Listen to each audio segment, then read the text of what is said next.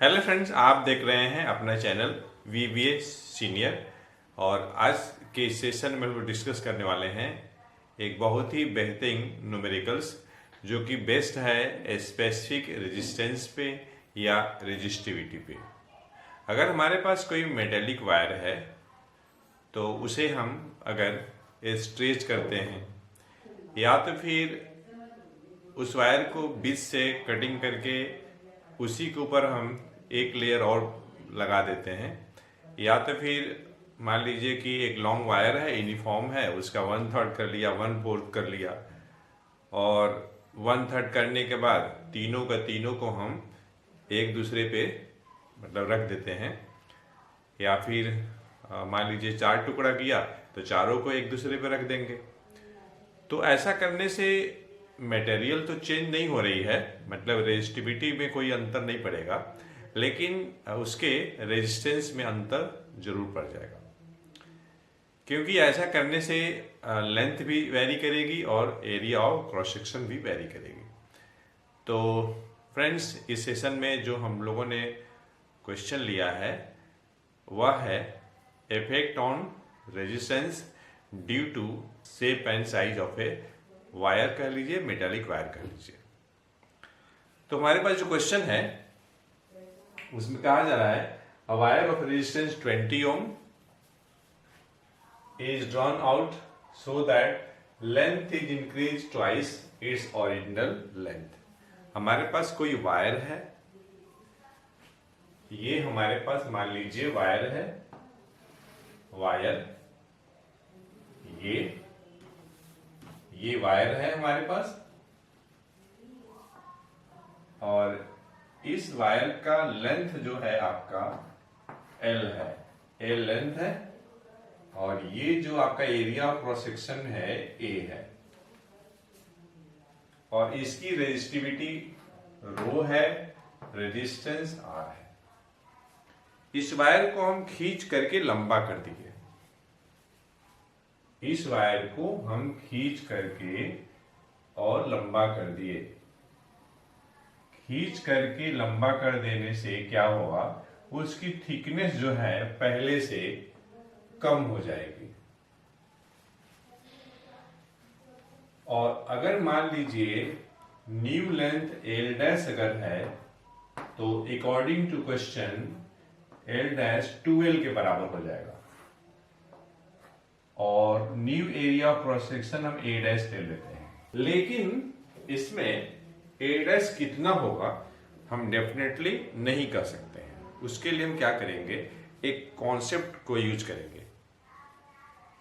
देखिए, वायर को खींचते समय, स्ट्रेच करते समय वॉल्यूम में कोई चेंज नहीं होगी, मतलब दोनों पोजीशन में वॉल्यूम जो होगी वही होगी। तो हम इसी कॉन्सेप्ट को इसमें यूज करेंगे। सिंस वॉल्यूम रिमेन्स अनचेंज, तो हम क्या करेंगे, प्रीवियस कंडीशन में वॉल्यूम निकालेंगे और न्यू पोजीशन में वॉल्यूम निकाल करके इक्वेट करके हम new area of cross section calculate करेंगे। अब चूंकि वायर जो है सिलेंडर के फॉर्म का है, सिलिंड्रिकल है, इसलिए उसकी जो एरिया ऑफ क्रॉस सेक्शन होगी वो हर एक जगह यूनिफॉर्म होगी, एक समान होगी, और वह सर्कुलर होगा, क्योंकि आप सिलिंड्रिकल ऑब्जेक्ट का एरिया ऑफ क्रॉस सेक्शन लेंगे तो वह सर्कुलर ही मिलेगा। और वॉल्यूम निकालने के लिए हम क्या करेंगे, area of cross section into length लेंगे, क्योंकि एरिया ऑफ सिलेंडर आप जानते हैं πr² होता है। πr² एरिया ऑफ बेस होता है सिलेंडर का, जो कि सर्कुलर होता है, इनटू आप हाइट से मल्टीप्लाई कर देते हैं या लेंथ से मल्टीप्लाई कर देंगे तो आपको उस सिलेंड्रिकल ऑब्जेक्ट की वॉल्यूम मिल जाएगी। हम लोग इसी कॉन्सेप्ट को यहां पर भी अप्लाई करेंगे। तो सिंस वॉल्यूम रिमेन्स अनचेंज, तो यहां भी वॉल्यूम क्या मिलेगा, एरिया ऑफ क्रॉस सेक्शन, ये है आपका एरिया ऑफ क्रॉस सेक्शन जो कि सर्कुलर है, इनटू ये लेंथ, तो A इंटू L इक्वल होगा new area of cross section A dash है इंटू L डैश, ये है new area of cross section ये, और न्यू लेंथ L डैश। हमें देखिए A डैश चाहिए, तो A डैश बराबर हो जाएगा AL divided by L dash. A dash निकालने के लिए L डैश को हम दूसरे साइड शिफ्ट करेंगे, यहाँ इनटू में है तो डिवाइड में हो जाएगा। L डैश हमें दिया हुआ है ट्वाइस L, L डैश की जगह पे ट्वाइस L रख दिया, L L कैंसिल हो जाएगा। तो हम देख रहे हैं कि new area of cross section A dash जो है A/2 हो जाएगी। ठीक, चूंकि मटेरियल वही है इसलिए रेजिस्टिविटी जो होगी सेम रहेगी, रेजिस्टिविटी रिमेन्स अनचेंज। लेकिन चूंकि लेंथ में वेरिएशन हो रही है, एरिया ऑफ क्रॉस सेक्शन में वेरिएशन हो रही है, इसलिए रेजिस्टेंस वेरी कर जाएगा, क्योंकि रेजिस्टेंस लेंथ पे डिपेंड करेगा और एरिया ऑफ क्रॉस सेक्शन पर भी डिपेंड करेगा। Longer wire offers more resistance, shorter wire offers less resistance.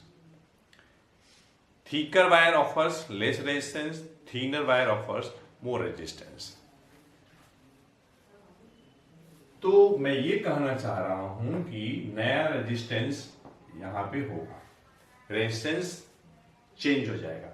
Resistivity रो यहां भी दिखाए हैं, यहां भी दिखाए हैं, सिंबल सेम इस्तेमाल किए हैं, क्योंकि रेजिस्टिविटी में कोई फर्क नहीं पड़ेगा, मटेरियल वही है, material not going to change. केवल लेंथ जो है इंक्रीज हो गई है, डबल हो गई है, जिसके चलते वायर की थिकनेस जो है पहले से हाफ हो गई है, इसलिए रेजिस्टेंस चेंज हो जाएगी। हमारे पास एक रिजल्ट होता है resistance equals to rho L upon A। यहां पे देखिए रो ये capital R equals to rho L by A। यहां पे क्या हो जाएगा, यहां पे हो जाएगा new resistance rho L dash upon A dash. अगर ये आपका फर्स्ट अगर है और ये आपका सेकंड अगर है, तो आप क्या करिए, सेकंड में डिवाइड कर दीजिए फर्स्ट से, तो देखिए आपको क्या मिलेगा। सेकंड में हमें डिवाइड करना है फर्स्ट से, मतलब ये हुआ कि R डैश अपॉन R।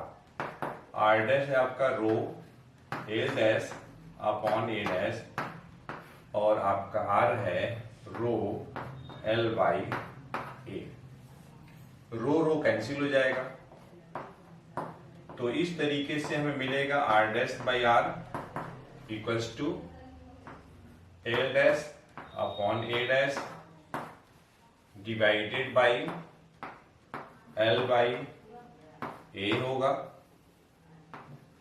ठीक, इसे आप लिख सकते हैं L dash upon A dash into A upon L। अब जरा देखिए L डैश आपका ट्वाइस L है और A डैश आपका A अपॉन 2 है, तो ये हमने रख लिया और अपॉन 2 यहां पे है इंटू A अपॉन L, जो कि आपका आ जाएगा R डैश अपॉन R। और ये देखिए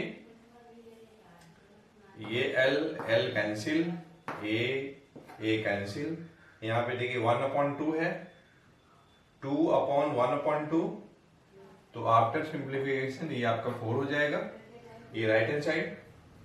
तो इस तरीके से हमें R डैश जो मिल जाएगी 4R मिल जाएगी।